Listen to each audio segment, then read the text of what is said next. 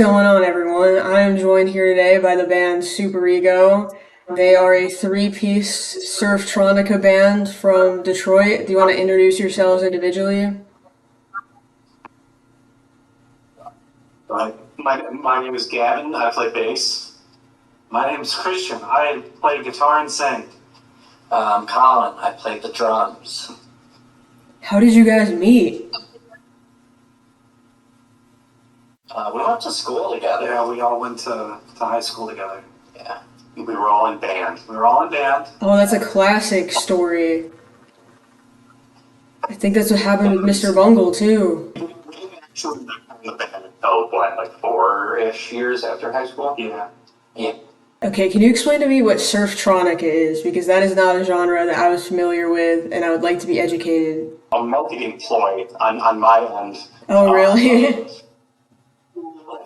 I don't know if you can call it that. I sort of grabbed the elements of the music, regardless of like how present they are across all the songs. Maybe one or two songs with some surf rock influence, a few songs with some indie-tronic. And I was like, Surftronica sounds cool, and I don't think a band has ever marketed themselves as that. So that's like a hook I felt. And I agree, but when I did Google it, some dude came up that I think uses it, so you might want to take him out. we have no choice. So we have to be the only one. I mean, I've never heard of him, so I don't think he's that relevant, so I think you've got this.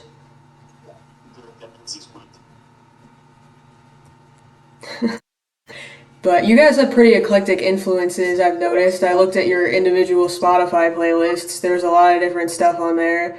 Everything from like the Beatles to Soundgarden to Ween, obviously, and like Death Grips. So how do you guys agree on what to pull from? Do you ever argue over that, or are you on the same page pretty much? Uh, it's we have a lot of stuff in common. I would say we probably have a majority of stuff in common. So like all the stuff you mentioned, like most of the big stuff. Um, but there are definitely some ones where we really do not agree at all. The one that comes to mind, I think everybody's thinking this one, is I'm a big fan of Green Day.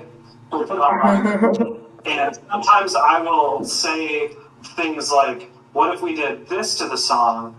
And then it will be met with like, well, that's a very Green Day thing to do. And that we have like creative clashes based on things like that. Green Day is a hard barrier for Colin and I. Yeah. I have to say, I kind of agree with you guys. I'm not big on Green Day.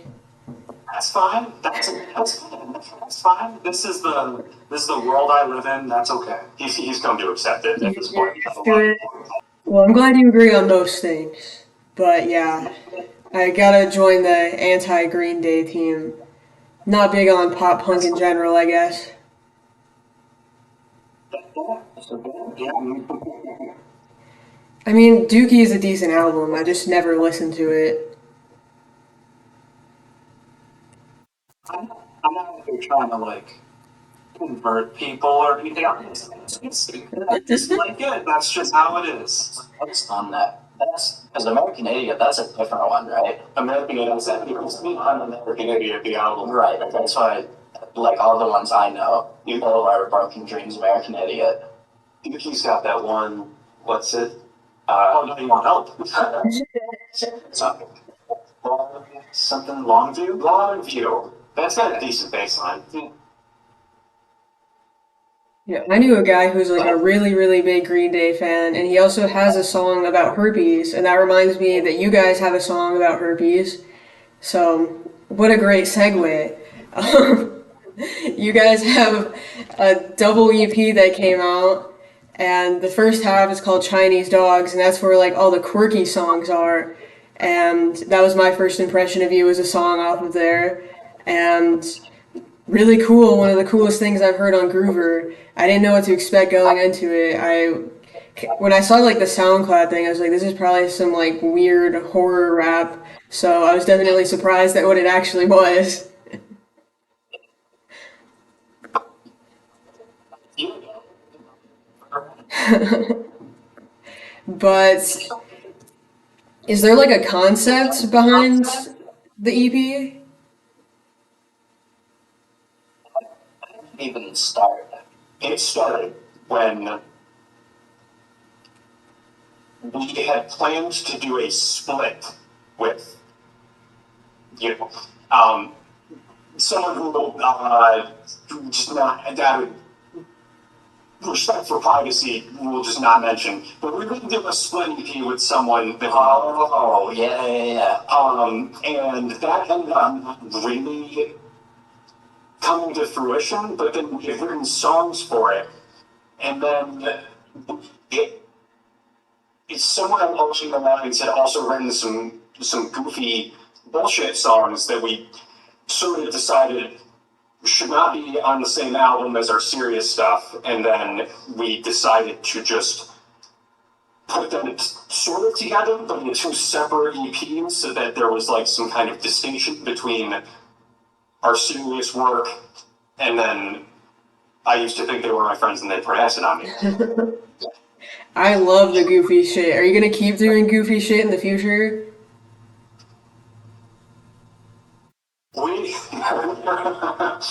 We we talked about it. It's hard. I think I don't mean to speak over you. I haven't said a word. I know. It's there's kind of like a feeling that once you really like start getting into it, you can kind of pigeonhole yourself into it a little bit, and you don't really want to. I don't know. You don't want to really like typecast yourself as something. I think our focus is always going to be like more serious stuff, or at least our priority. And like we've had internal discussions about this. I'm like the joke stuff. I specifically was kind of just along for the ride for it. I think more joke stuff will happen, but it's like not a priority compared to like the more serious work. This like we kind of just like started like with a couple joke lyrics, and we're like, what's stopping us from just like writing some jokes? Yeah, you just spiraled out of control a little bit. I think is one way to put it. Okay. I think I started this as I don't know if I called them joke songs just now.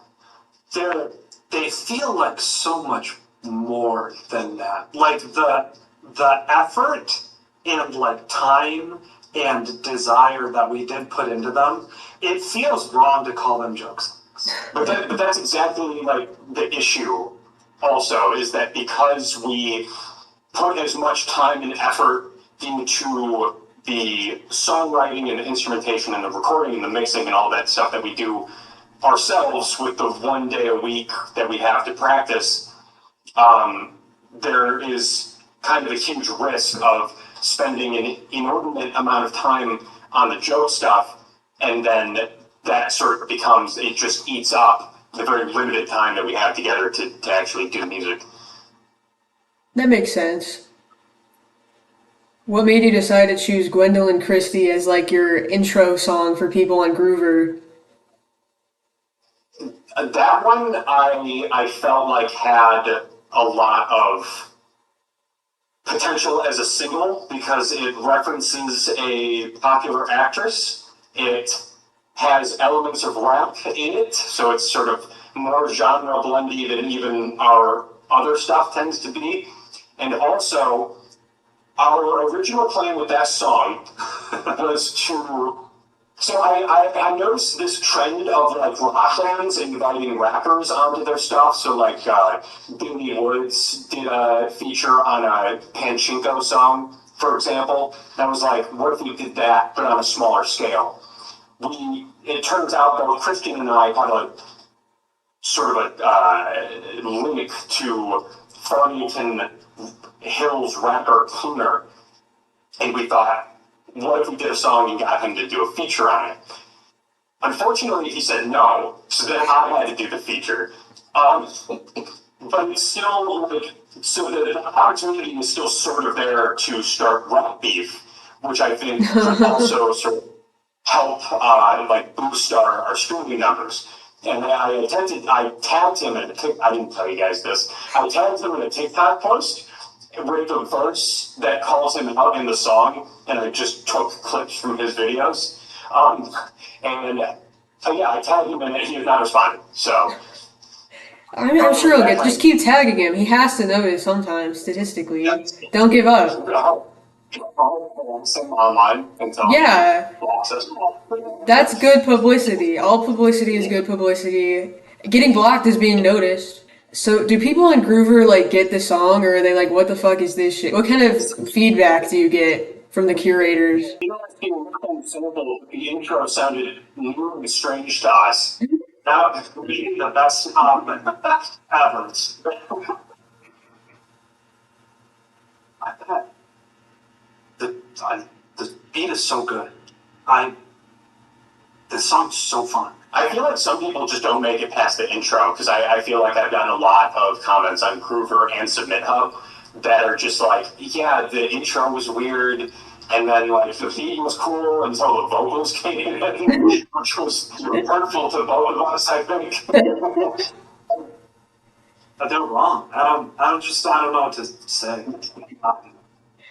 I don't think they get it. Like, it's just too niche, and they don't get it.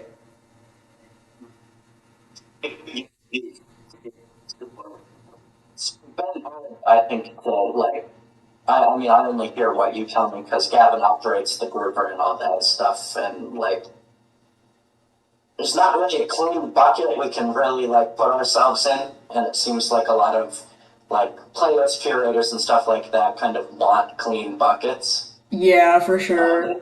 Personally, they just accept anything, and then they'll put us in a playlist with over 24 hours of music on it. Of just random bullshit. Dude, some people just accept anything for real. Yeah. If I was listening to, like, if I was listening to 24 hours of a playlist, like just straight through, and in the middle was Wendell and Pissy, I'd be like, thank God. Thank God for something like, that's a break with something. Imagine torture in this scenario, we were forced, I don't know. I guess. Stop it.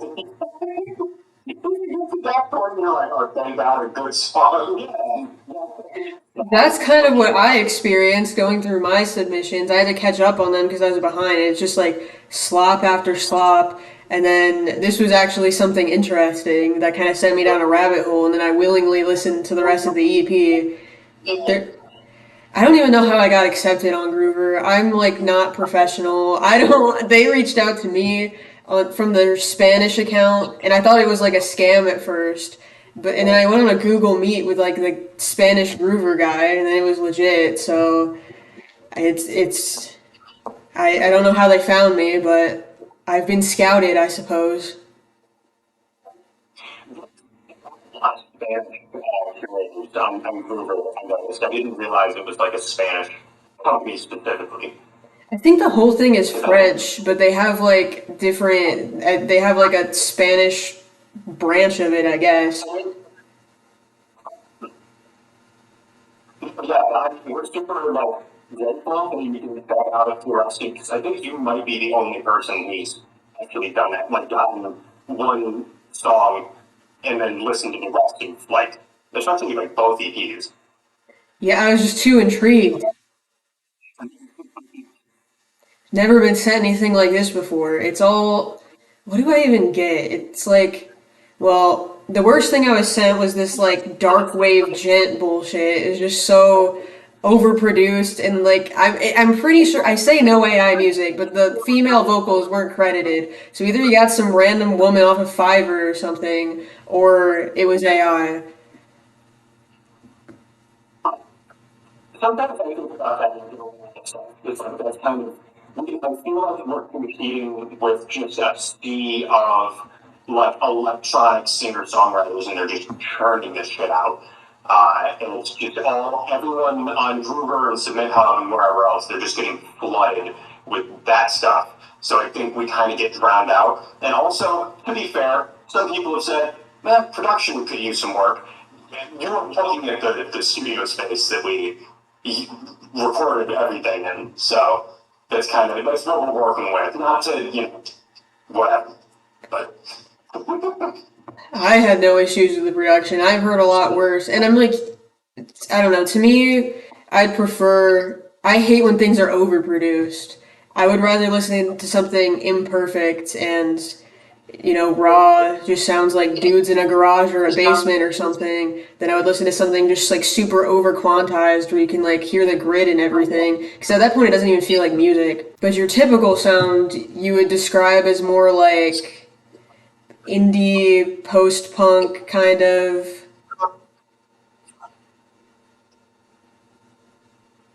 Probably yes to both of those things, among other things. I feel like we get called alt rock a lot. Punk rock, garage rock, maybe. But alt rock feels so nebulous and like a nothing genre, like that could be anything. Yeah, But exactly. That's why new grunge got invented, and that's a controversial term. People get like so Puritan about it. They're like, it's not from Seattle, so it's not real grunge.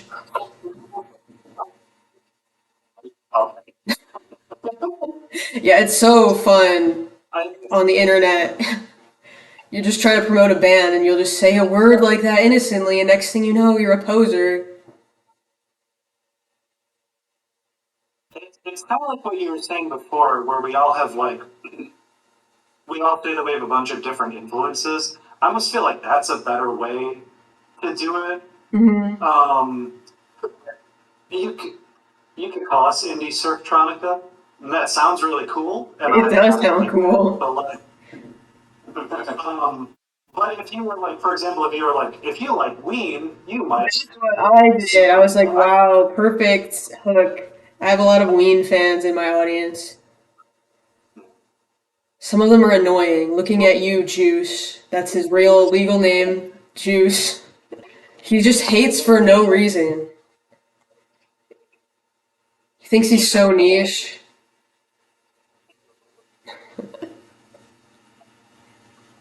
we sort of the niche version of weed. It's like when you look so deep in the weed hole and you just go, Your teeth in the oh, Weenhole. that's something that we've gone too far. That's a good title. Going down the Weenhole with Superego. There you go. Gave me my clickbait. That's awesome. Yes, please look at the video. That's down with it. Oh, that reminded me. I wanted to ask, is the name superego inspired by like the Freudian like psychological term? Yeah. Yes. Gavin is our resident psychology doctorate, and he proposed the name. I did, yeah. Oh wow. That adds to the whole you guys met in school thing. Psychology class inspired the name. Does that like translate into the sounds?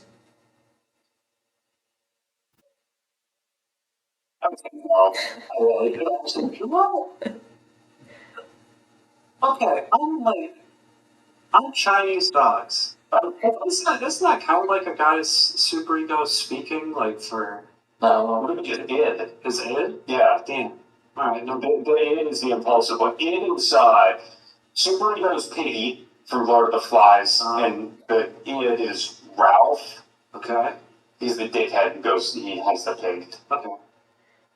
and then the ego is the main one. I can't remember his name.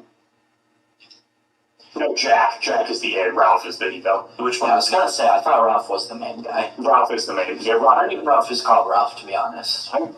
Something with an R. It's Ralph. Is it Ralph? It's I Ralph. don't know. Is it Ralph? I think it's Ralph. I read that book in school. Yeah, Jack was the asshole though. And then Yes. Piggy just got abused. Poor Piggy. And then who's the other one?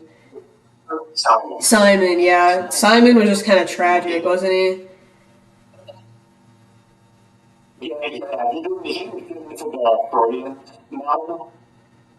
He was more like just a mystic because he talks to the head. He's probably. He was probably And then they stamped it at because it's under dollars.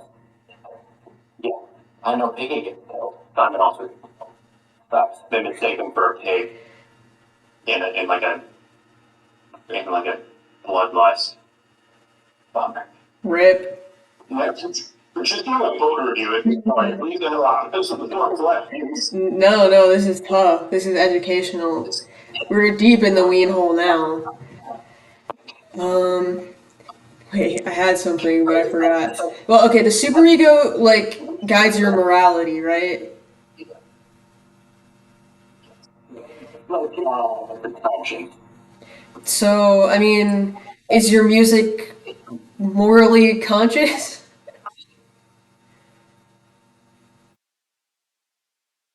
Oh, I mean, you can write lyrics for the serious stuff.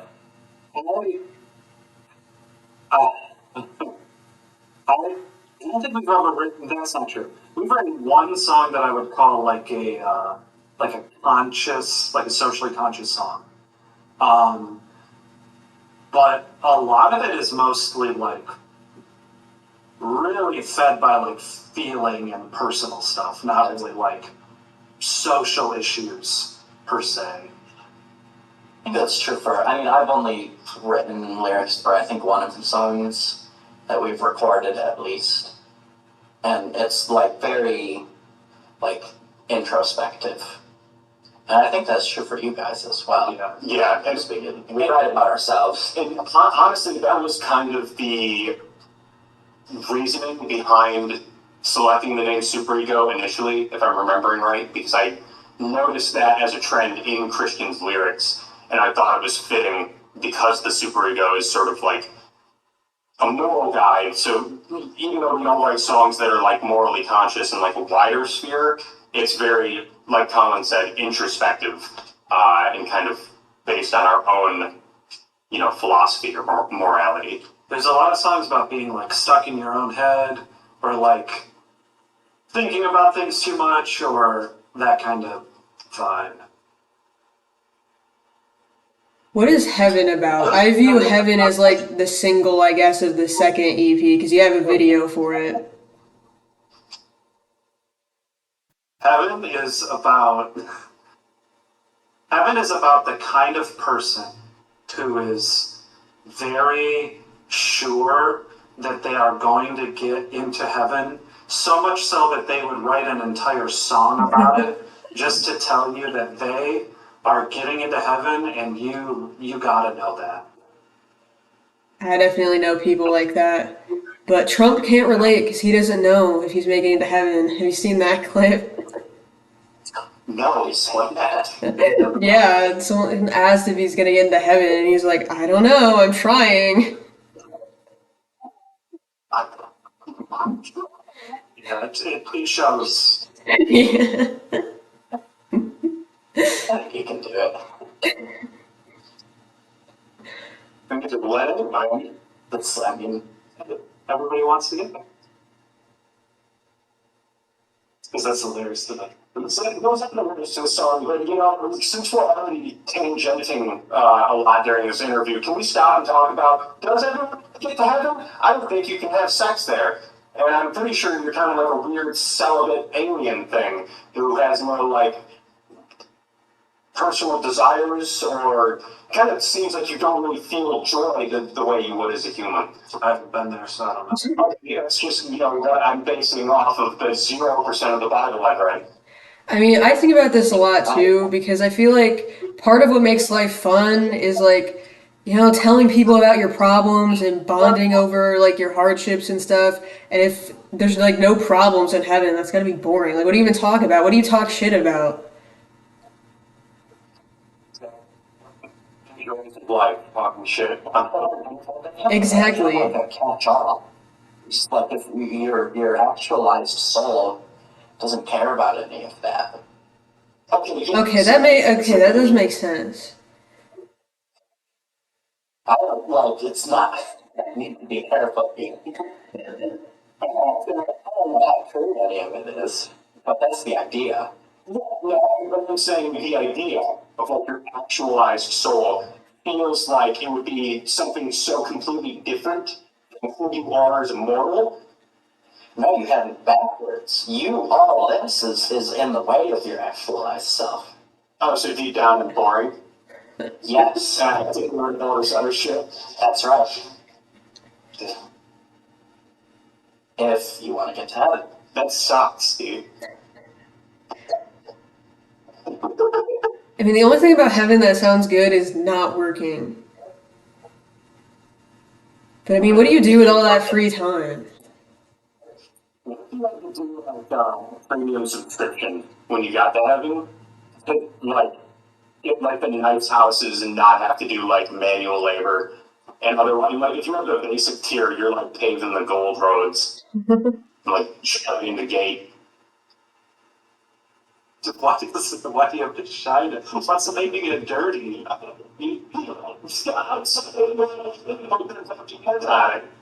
The gates, waiting to get in, and just stuck with the arms of the gates of heaven. He's right. With dirty hands.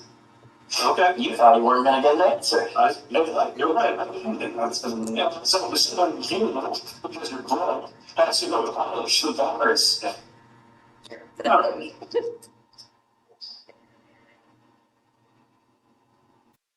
I think spiritually I'm quite wealthy. Oh, you think that's how they judge it? Yeah, I do. All right. Okay, well then you don't have anything to worry about. Okay, thank you. Wow. How far down the Weenhole is heaven? That's gotta be like out the other side at this point. It's like, yeah, I'm gonna go so hard down the hole that you begin writing serious music again. Yeah, well, I mean, your 2023 album was also, it's kind of similar to the second EP, right? Just the more serious stuff, the more indie sound.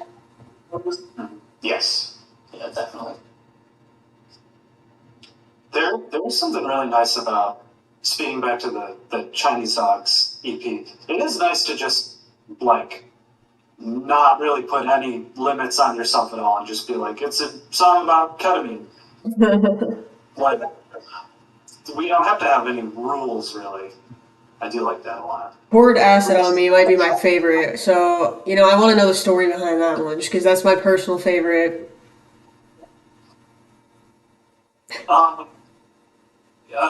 It's I think it started from you with the line. yeah. I thought it was just the one line, which is just the chorus. I used to think they were my friends and they poured acid on me, which I thought would have been such like a wild thing for somebody to just drop on somebody in like a conversation, like, oh yeah, you know, everything was going real great, and then and then they poured acid on me, and then that's when I knew. But everything up until that point, I wasn't sure, but that was when I knew. Like, and I had been watching a lot of old, like really old cartoons. So like a lot of the, like the Cat Calloway, like St. James Infirmary stuff was like fresh in my mind. And that's basically like the two parts of the entire song is that kind of like upbeat version of that kind of chord progression in those lyrics. I didn't know that second part. Yeah, I didn't know old cartoons, even the sound, really. Like, so I thought it was very, like... The kind of, like, jazzy sort of chord progression. Yeah, I thought you were going for, like a Clash reggae thing. Like, reggae punk. Yeah, a little bit. Oh, okay. Just mix it all together and pop. Right. It almost sounded kind of circusy to me. Yeah. There's a little bit of that in it. I think it's such a whimsical song. What inspired you to spell poured like that? Is it just because the guy's like kind of... That was my idea. I just thought that character doesn't know that there's a U in the word poured.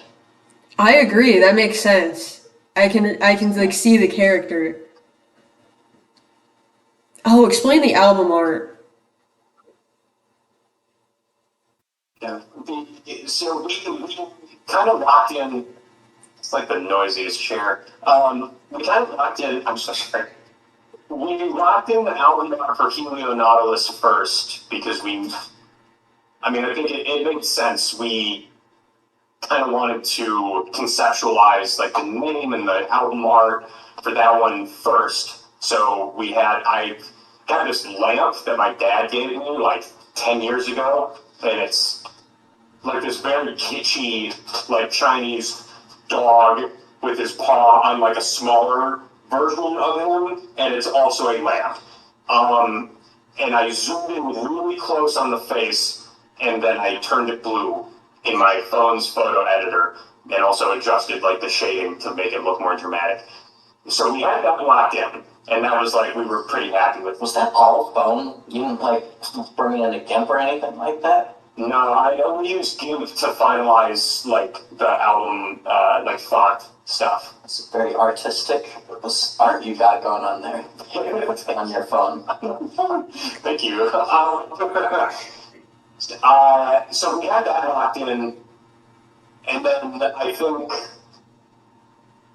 I was. Oh God, this part is embarrassing because I was playing around with different filters in not GIMP because I hadn't learned how to use GIMP at this point. This is like over a year ago. It was in PowerPoint. PowerPoint has photo like filters that you can use, and one of them takes the image and makes like a scribbled hand drawn version of it. And I originally shopped that around as like a potential like version of the album cover, and they were like, "No, that's stupid." But then when it came time to do a separate album cover for Chinese dogs, and it was okay to be stupid, I was like, "Hey, wait, what if we did this?" And then we turned it orange so that it wasn't too similar to the other one. That's perfect. And see, guys, look, you don't have to use AI for your album cover. You can use PowerPoint. Everyone take notes. All you need is a phone and a dream.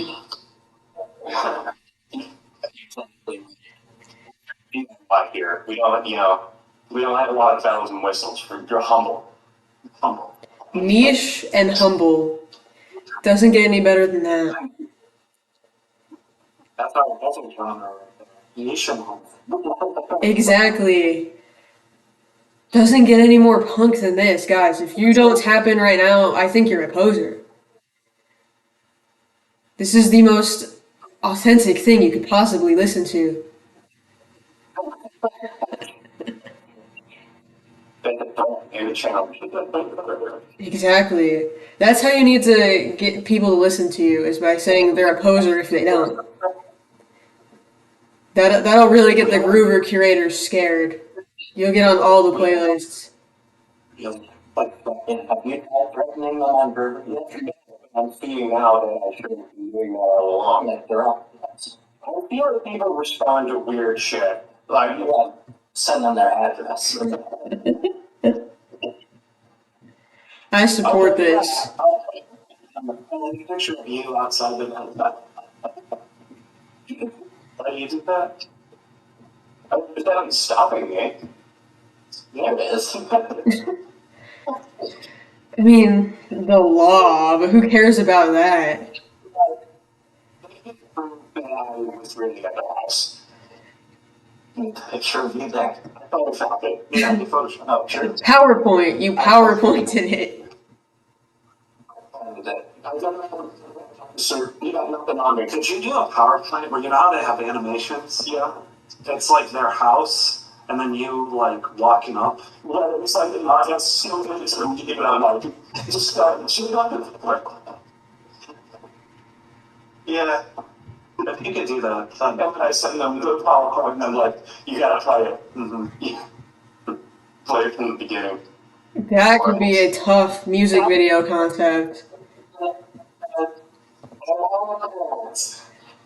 Going around our ops houses. Yes, on PowerPoint.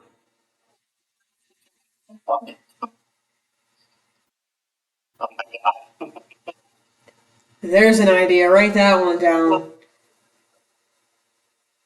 We might Speaking of ideas and writing things down, what do you have planned next? Are you gonna work on promoting this double EP for a while, or do you have other stuff in the tank already?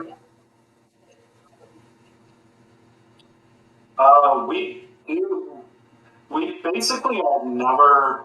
There's only two modes. There is recording an album or an EP or writing new stuff. So now that we've gotten out of mode A, we are in mode B, where I think we have like four. I think four, like pretty decently fleshed out stuff already. But we're we have we are going to promote this for sure. We do have shows coming up where we are gonna talk about it, obviously. Yeah, Promote it.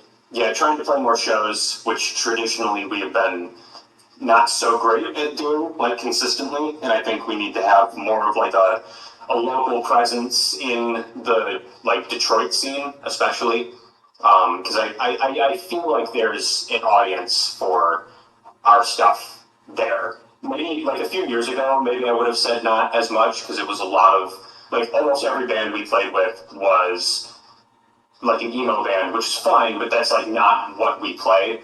And now it seems like there's a bit more diversity in some of the other like local bands that we play with. That is true. It used to be Detroit used to be like the place to hear emo music, and I almost feel like I know at least me personally that did kind of make me want to make this music the way it is more. Like just to be I did never wanted to be just like another emo band. Set list wise, what are you gonna do? Are you gonna mix in the Chinese dog songs, or are you gonna do like a wacky section of the set list and separate it from the serious stuff, or are you gonna mix it all together? That's something we're kind of figuring out as we go. We've been doing this, for like almost 10 years now. And Dang. this is like the first time I had to account for like a mix of material that's not, that's very heterogeneous. Yeah. Is that the one? That is, yeah. So that's the mix. Homogeneous would be all samey. Yeah, yeah. We can. The good thing is, I think most of the stuff on the Chinese, well, on all the new recordings, we can replicate live pretty well. Pretty well. Yeah. Yeah, except for Glendon and Christie. We've played that live multiple times successfully. We played it once. It was twice a different show. Successfully. Twice successfully. We played we played a Halloween show where we went through pretty much every song on both EPs, and that went okay. Yeah. I think it'll probably, like I said, we're kind of figuring it out, but if I had to guess, it'd be like mostly serious stuff with a handful of like fan favorites from the funnier stuff. Fan favorites? Cool. Yeah, yeah, cool. And fan favorites, I mean like a lot of our friends like Cool Song, for example. Well, I mean, I feel like I'm more inclined to want to put Cool Song in a live set because I think we play that one well. Whereas like Acid Song, now that it's been produced and released, I feel like the three of us playing it live, it's like missing a lot of the other elements that make it special, Make it happen. like the vibro slap and the 808 horns. Got both of those on lock. If we play Gwendolyn Christie live enough, Clear will have to respond. True, exactly. Word will spread. Yeah. People will tell him. That's whose house you need to target with the PowerPoint. That's your target. Scary because that one we can actually do probably. But man, I guess I gotta get to Detroit. Are you gonna do a world tour ever? That would be so cool. The jobs is, I think, the only thing stopping us there. Well, jobs and also like the booking of the shows. We booked the show live without even trying once. They got the bronze Superego. That's their skill issue.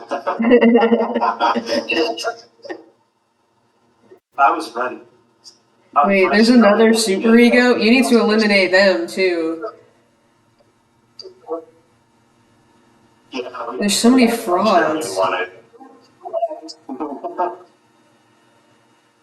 Between that and the Surftronica guy, there's a long hit list. You guys gotta get on.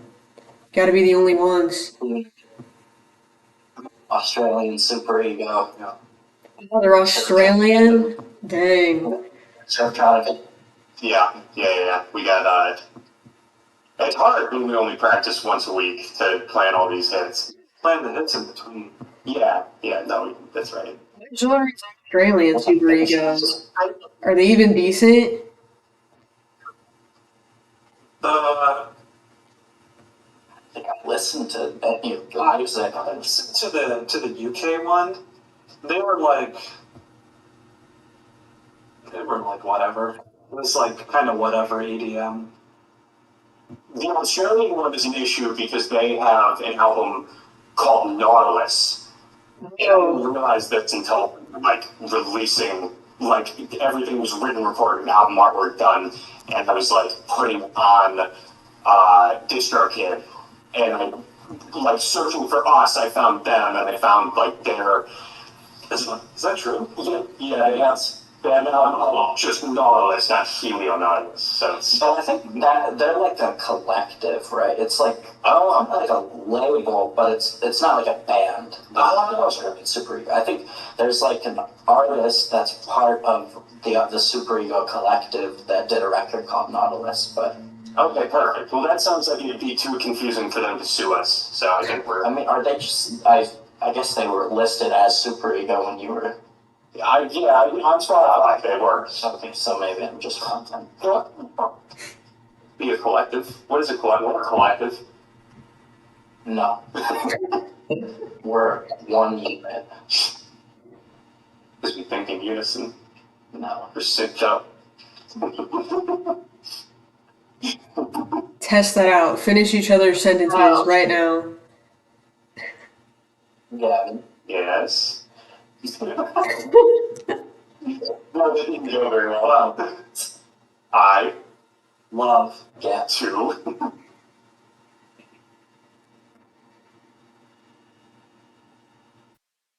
Play. Yeah. There we go. Totally in sync. Wow, that was impressive. You know.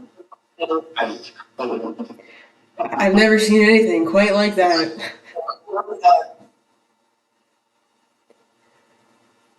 Well, I think that was all of my questions. I don't know. Is there anything else in the Weenhole currently?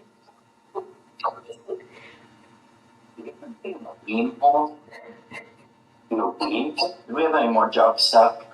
no, I mean I got one that I'm working on. It's not ready yet. I got started on something that I didn't finish. You already know about it. It was some lyrics were delivered to me by God that were Courtesy Cowardly Dog themed. Oh, And I was gonna make a whole song that is just references to that show using samples from that show. I didn't think that was ever going to be a suit. I thought that was like a personal thing you were pursuing. I mean, Side project? That's yeah. Wait, which one of you is the big Ween fan? Gavin and I both are Oh, big okay. into Ween. Get more into it though.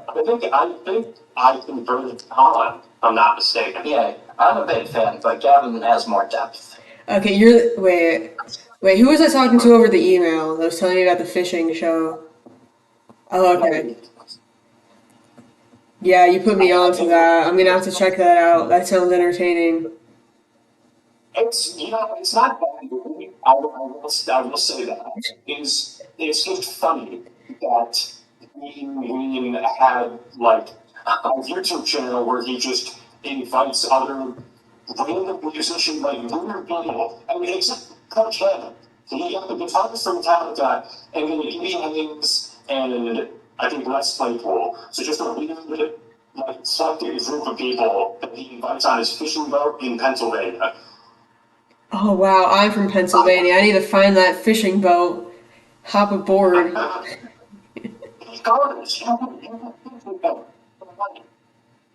I should hit him up.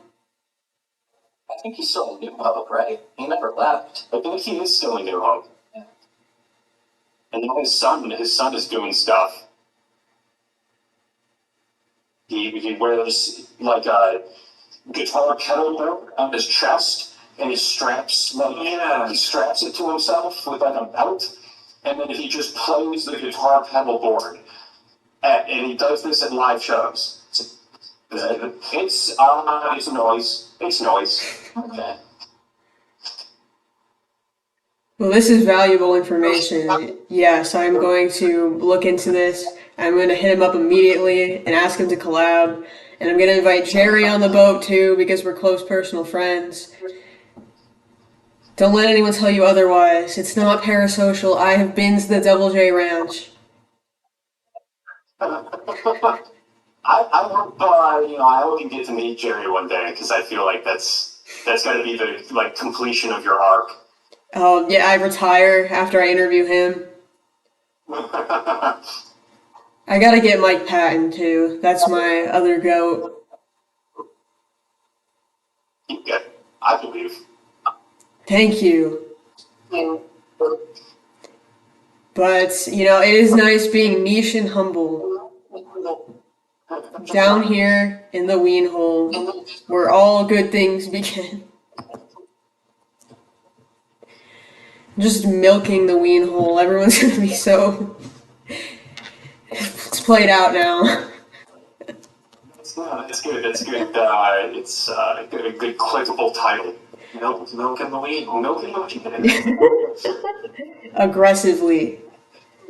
Well, I think that's all I've got. Thank you for joining me. I'm gonna imagine it wasn't recording the whole time. I will actually kill myself on camera. Alright guys, that was our conversation with Superego, super niche and humble band. Get on it right now, or you're a poser.